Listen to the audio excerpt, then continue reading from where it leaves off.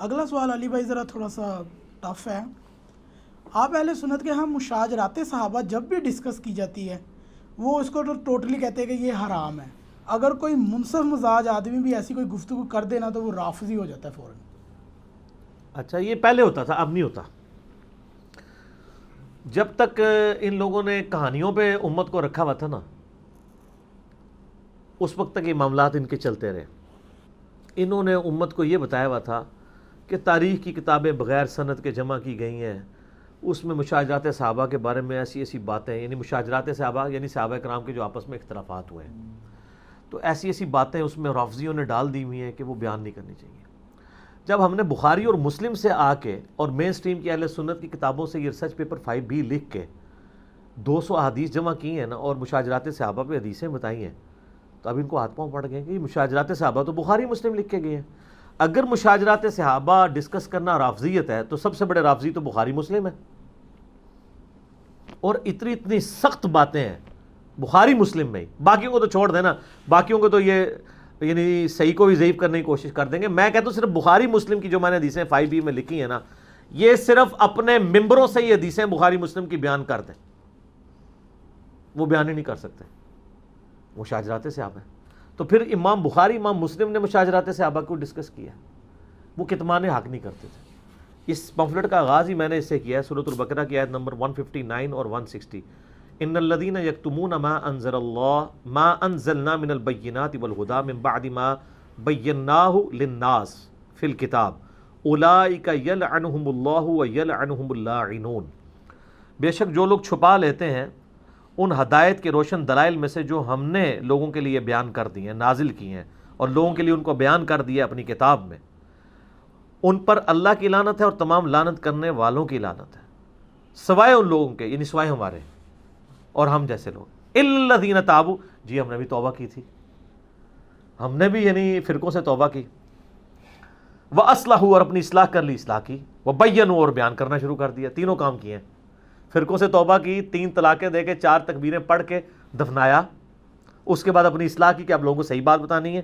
وَبَيَّنُوا، بیان بھی کر دی. فَأُولَٰئِكَ أَتُوبُ عَلَيْهِمْ، ایسوں کی توبہ ہم قبول کر لیں گے. وَأَنَا التَّوَّابُ الرَّحِيمُ، اور میں توبہ قبول کرنے والا مہربان ہوں.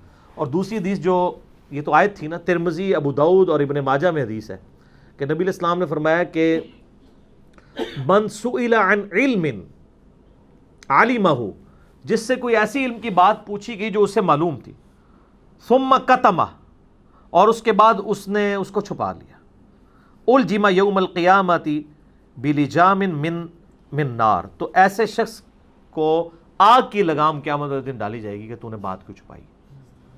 نعوذ باللہ من ذلک. اس میں کئی ایک باتیں ہو سکتی ہیں. میرا ایک کلپ ہے مولا علی علیہ السلام سے متعلق 5 جھوٹ، اس میں یہ کچھ صحابہ کرام کے اقوال بھی لے کے آتے ہیں اور وہ آؤٹ آف کنٹیکسٹ چیزوں کو پیش کرتے ہیں. میں نے سب کچھ اس کی انجینئرنگ کر دی ہے، پر فی الوقت میں صرف حصول برکت کے لیے بتا دیتا ہوں کہ یہ ساری حدیثیں جو میں نے جمع کی ہیں وہ ہماری اہل سنت کی کتابوں میں سے ہیں. اور ایز اے ٹاپک اگر آپ دیکھیں تو امام بخاری امام مسلم کے استاد ہیں امام ابن ابی شیبہ، المتوفیٰ 235 ہجری. مسلم شریف میں 1500 حدیثیں آؤٹ آف 7563 امام ابن ابی شیبہ سے. امام ابن شیبہ ان کا وہ استاد ہے امام مسلم کا جس سے 20% مسلم شریف روایت ہے، اور اس کی کتاب ہے المصنف ابن ابی شیبہ جو دنیا میں سب سے بڑی حدیث کی اور آثار کی کتاب ہے، اردو میں بھی آ چکی ہے. آلموسٹ 38-39 ہزار احادیث اور آثار ہیں. اس کا جو آخری چیپٹر ہے نا اس کا نام ہی ہے کتاب الجمل، جس میں 3 باب ہیں. پہلا باب ہے حضرت عائشہ، طلحہ اور زبیر کے قافلے کے بارے میں جو مولا علی کے خلاف نکلا. دوسرا باب انہوں نے باندھا ہے باب الصفین، صفین کے بارے میں. اور تیسرا باب النہروان جو خوارج کے خلاف جنگ ہوئی. تو وہ تینوں جنگیں، حضرت معاویہ کے خلاف جنگ صفین، خوارج کے خلاف جنگ نہروان، اور عائشہ، طلحہ اور زبیر رضی اللہ عنہم اجمعین کے ساتھ جو جنگ ہوئی مولا علی کی، جنگ جمل، ان ساروں کے اوپر 187 احادیث اور اثاروں نے جمع کیے ہیں اور باب بنا کے کیے ہیں. ٹھیک ہے، یہ نہیں ہے کہ خالی چھوڑ دیا ہے، باب بنا کے کیے ہیں. ٹھیک ہے. پھر یہ جو کہتے ہیں نا ہم سے وہ مطلب آپ ان کو ڈسکس کیوں کرتے ہیں، میں نے اس پہ میرا پہلے بھی کلپ آ چکا ہے یوٹیوب پہ، 1 ملین کے قریب آلموسٹ لوگ دیکھ چکے ہیں، دیوبند اور اہل حدیث کا ماتم. ٹھیک ہے، عرض کرتے ہیں. بے شک. ہاں ہاں 1400 سال سے شیعان علی ماتم کر رہے تھے. اب انشاءاللہ قیامت تک ہماری ویڈیوز کے بعد آل امیہ کا ماتم جاری رہے گا انشاءاللہ. ظاہر ہے وہ انہوں نے سچ، تو یہ اب ان کا ماتم ہے، ان کو کرنے دیں، ٹھیک ہے. تو وہ جو ماتم والی کلپ ہے نا، اس میں نے بتایا تھا کہ ایک زمانہ تھا جب ہم لوگ چھوٹے تھے، میری اس وقت آلموسٹ 41 پلس ایج ہو چکی ہے. جب ہم لوگ اسکولوں میں پڑھتے تھے نا، کالج لیول پہ، ہمارے ماں باپ، آپ لوگ بھی گواہ ہیں، ہمیں اجازت نہیں دیتے تھے ہم کسی مکتبہ فکر کی مسجد میں یا ان کا جلسہ بھی اٹینڈ کریں. سنی شیعہ تو بہت بڑی تفریق تھی نا، یعنی ہم بریلوی تھے اس وقت کٹر، ہمیں دیوبند اور اہل حدیث کی مسجد میں جانے کی بھی اجازت نہیں تھی، اور خود بھی ماشاءاللہ اتنی ہمارے اندر نفرت پائی جاتی تھی کہ ہم سوچ بھی نہیں سکتے تھے، کیونکہ ایمان کے منافی سمجھتے تھے اس کو. ٹھیک ہے، اب تو زمانہ ہی بدل گیا نا. کیوں؟ کیونکہ اب نہ میں وہابی، نہ میں بابی، میں ہوں مسلم علمی کتابی. نہ میں سو کالڈ وہابی ہوں اور نہ میں بابوں کا دفاع کرنے والا بابی ہوں، میں سادہ سا مسلمان ہوں، علمی کتابی بات کرتا ہوں. تو اس زمانے کے اندر لوگوں کو نہیں پتہ چلتا تھا دوسرے مکتبہ فکر ہمارے بارے میں کیا سوچتے ہیں. اسی لیے میں کہتا ہوں کہ جو قادیانی پیدا ہوا نا، وہ پوری زندگی اگر یہی سوچے کہ قادیانی ٹھیک ہے، دوسروں کی بات میں نے نہیں سننی، تو ختم نبوت کیسے سمجھ آئے گی؟ تو ہمیں بھی سمجھ نہیں آنی تھی چیزیں جب تک ہم خود دوسروں کو سرچ نہ کرتے. سرچ کیسے کریں؟ نفرت ہی اتنی. لیکن آج زمانہ یہ ہے کہ ہمارا مسئلہ کچھ بھی ہے. ایک تو ہماری ینگ جنریشن کا دماغ تھوڑا کھل گیا ہے دنیاوی تعلیم کی برکت سے. دوسرا، فیس بک پہ سارے دوست ہیں، یوٹیوب کی ویڈیوز ایک دوسرے کو شیئر کرواتے ہیں. اگر ایک کالج میں 50 کی کلاس ہے تو اس میں اگر 30 بریلوی ہیں تو 20 دیوبندی ہوں گے، تو 10 شیعہ بھی ہوں گے، اور وہ آپس میں ڈسکشن بھی کریں گے، حدیثیں بھی ایک دوسرے کو شیئر کرائیں گے، کلپ بھی ایک دوسرے کے علماء کے کرائیں گے. تو ان کو تو مسجدوں میں یا ماموار گاؤں میں تو جانے کی ضرورت ہی نہیں ہے، وہ ادھر ہی ایک دوسرے کو شیئر کروا رہے ہیں. پھر وہ جب سوال پوچھتے ہیں نا، تو وہ اپنے اپنے علماء سے جب جا کے باتیں کرتے ہیں، تو وہ ان کو جب یہ کہتے ہیں یہ باتیں نہیں کرنی چاہیے، تو ان کو یہ پتہ چل جاتا ہے کہ ہمارے علماء کے پاس جواب نہیں ہے، کیونکہ کلین چیٹ آپ دے رہے ہیں نا. تو سر پھر وہ یوٹیوب حافظہ اللہ پہ آتے ہیں اور کہتے ہیں کہ جی یوٹیوب آپ ہماری کوئی رہنمائی کریں، ہمارے تو پابندی لگی ہوئی ہے یہاں پہ. تو وہ پھر الٹیمیٹلی جہاں کہیں بھی یہ باتیں ملتی ہیں وہیں پہنچیں گے نا، ہمارے پلیٹ فارم تک پہنچیں گے. پھر اللہ کے فضل جب پہنچتے ہیں، پھر وہ جھوم جھوم کے کہتے ہیں کہ نہ میں وہابی، نہ میں بابی، میں ہوں مسلم علمی کتابیں. تو یہ ٹوٹکے ہیں. کوئی علمی بات کرے اسے وہابی کہہ دینا، کوئی اہل بیت کی محبت کی بات کرے اسے رافضی کہہ دینا، کوئی صحابہ کی بات کرے اس کو دیوبندی کہہ دینا، نبی علیہ السلام کی کوئی عقیدت کی بات کرے اسے بریلوی کہہ دینا، بدتی کہہ دینا. یہ ایک ادبی گالیاں لوگوں نے رکھی ہوئی ہیں، تو ان گالیوں سے فکر نہ کیا کریں. یہ گالیاں سب کو پڑتی رہی ہیں. امام شافعی کا شعر تواتر سے اہل سنت کے ہاں نقل ہوا ہے، دیوان الشافعی ان کا اپنا بھی ہے. اس کی صحت کی ضرورت ہی نہیں سر، نہ کوئی سند کی ضرورت ہے، کیونکہ اہل سنت کے تمام محدثین اسماء و رجال کے امام تواتر سے اسے نقل کر کے آئے ہیں.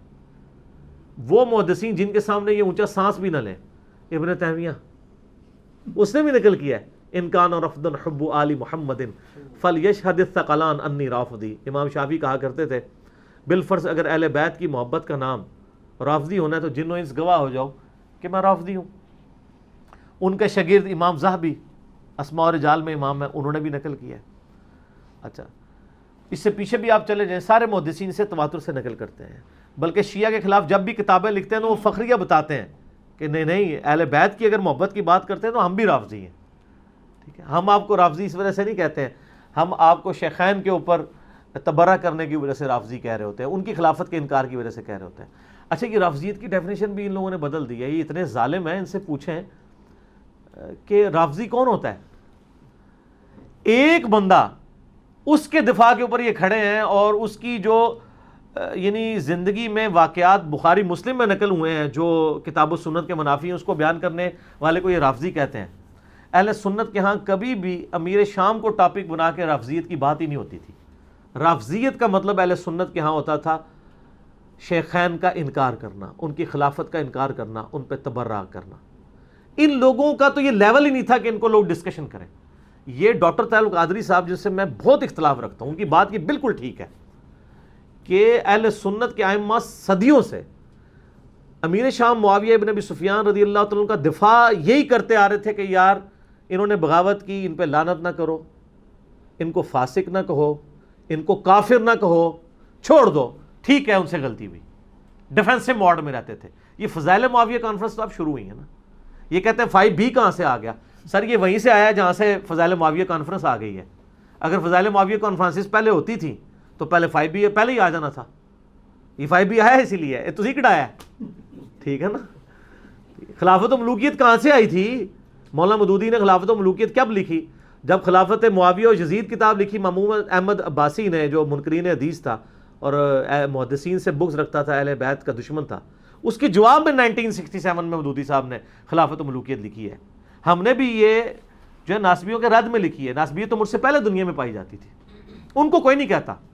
ڈاکٹر ذاکر نائک نے 2009 میں جب فتنہ اٹھایا, میں ان کی بڑی عزت کرتا ہوں, لیکن ان کو کسی نے نہیں سمجھایا.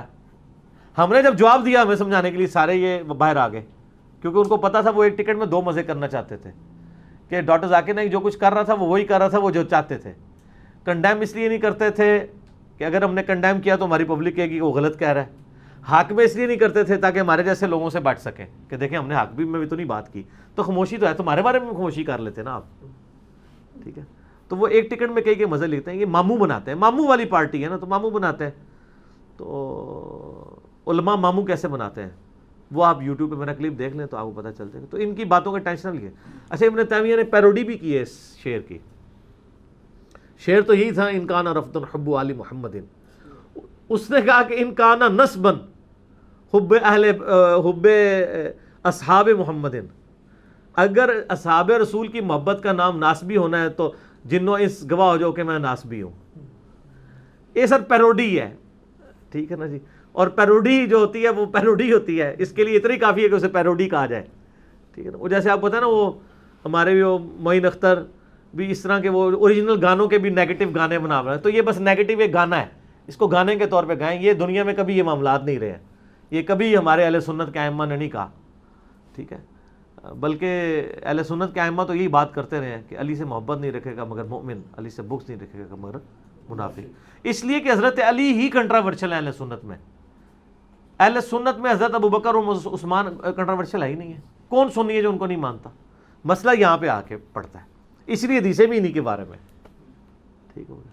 اور وہ جو حدیث ہے طبرانی کے اندر تو مرفوع روایت تو کمزور ہے, لیکن جو موقوفاً روایت فضائل صحابہ احمد بن حنبل کی کتاب میں ہے کہ اے علی تیری وجہ سے 2 فرقے, نبی الاسلام نے ان سے یہ بات کی تھی, اور حضرت علی خود اپنے بارے میں کہہ رہے ہیں کہ میری وجہ سے 2 فرقے گمراہ ہوں گے, ایک میری محبت میں غلوف کر کے, ایک میری دشمنی میں غلوف کر کے. اور میری وجہ سے 2 فرقے دوزخ میں جائیں گے, ایک میری محبت میں غلوف کر کے, ایک میری دشمنی میں. یعنی رافضی اور ناسبی. ہمیں صرف رافضیوں کا بتایا گیا تھا, ناسبیوں کا بتایا اس لیے نہیں گیا تھا کہ جو بتا رہے تھے وہ خود تھے, تو انہوں نے کیوں بتانا تھا؟ جب کوئی پوچھ رہا تھا وہ کہتے تھے وہ خارجی ہوتے تھے نا, وہ ہیں.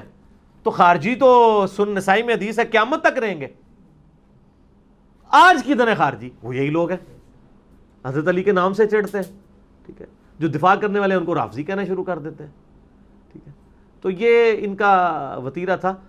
تو اب ویسے آپ کو کہتے ہیں جی کوئی یہ کو قیامت دن پوچھا جائے گا سوال, یہاں تو جنت اور دوزخ کا فیصلہ ہو رہا ہے. سر پوچھا جائے گا. المستدرک حاکم میں صحیح سند کے ساتھ ہے, شیخ زبیر صاحب نے بھی صحیح کہا, شیخ البانی نے بھی صحیح کہا, امام حاکم نے بھی صحیح کہا, امام ذہبی نے بھی صحیح کہا کہ نبی علیہ السلام نے فرمایا اگر کوئی شخص مقام ابراہیم اور حجر اسود کے درمیان پوری زندگی نمازیں پڑھتا رہے اور روزانہ روزہ بھی رکھتا رہے, لیکن اللہ سے اس حضور میں ملے, اللہ کے حضور اس حال میں پیش ہو کہ اس کے دل میں ہم اہل بیت کا بغض ہوا, تو وہ دوزخ میں جائے گا. آپ کی نمازیں, داڑیاں, شلواریں, یہ ساری کی ساری دری کی دری رہ جائیں گی, ٹھیک ہے. تو پھر کہتے ہیں نہیں ہمارے اندر کوئی بغض نہیں ہے. بغض نہیں ہے تو اہل بیت اور حضرت علی کی شان میں جب کوئی حدیث شیئر کروائی جاتی ہے تو آپ کو تکلیف کیوں ہوتی ہے؟ آپ چیک کر لیں. میں اگر کوئی کہتا ہے نا میں یہ ایسے ہی باتیں کر رہا ہوں, آپ بریلوی, دیوبندی, اہل حدیث تینوں کی مسجد میں اگر کوئی وائٹ بورڈ لگا ہوا ہے, نہیں لگا تو چارٹ پہ آپ یہ بڑی سی حدیث لکھ کے لگا دیں, علی سے محبت نہیں رکھے گا مگر مومن, علی سے بغض نہیں رکھے گا مگر منافق.